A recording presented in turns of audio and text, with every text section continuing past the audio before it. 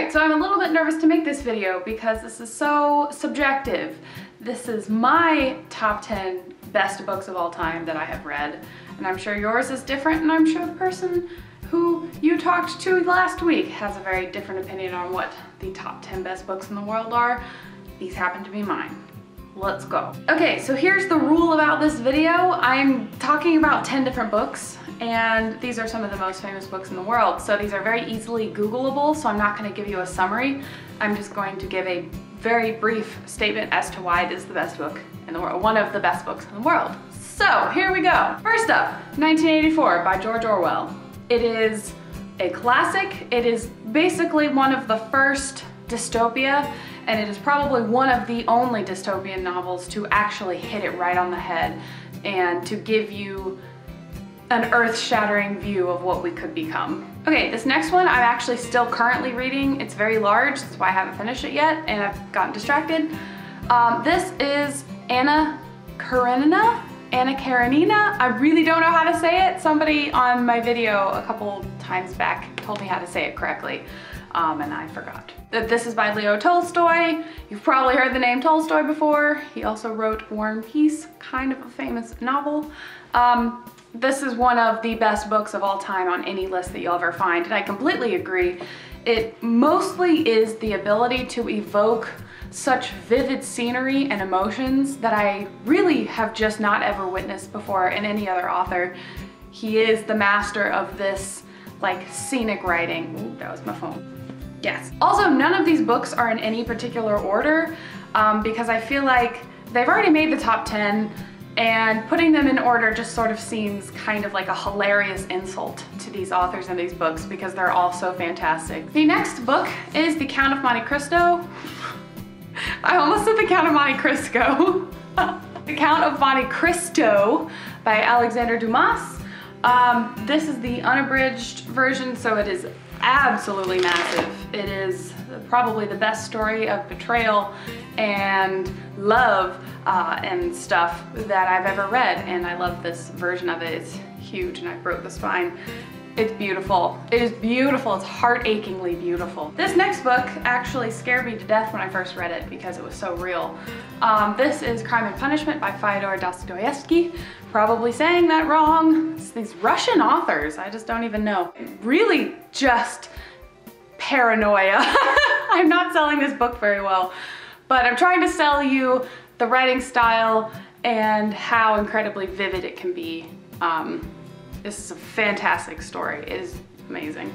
This next book, I'm laughing because it's just so unfortunate. It got water damaged, which is just so ironic because this is Jude the Obscure by Thomas Hardy.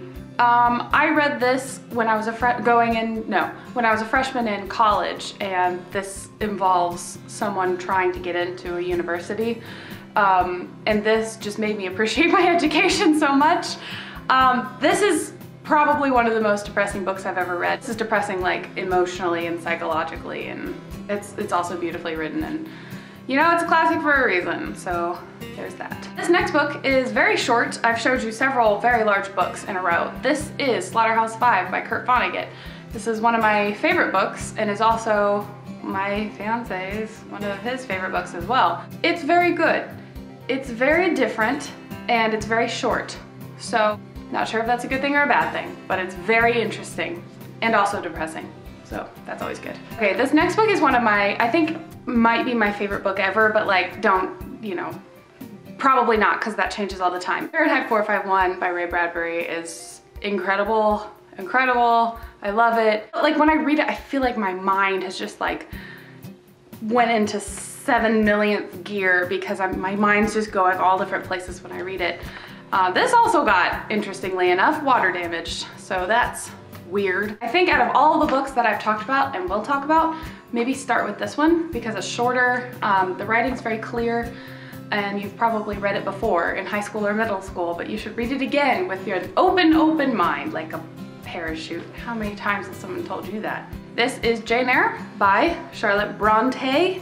Bronte? God, I'm really bad with the pronunciations.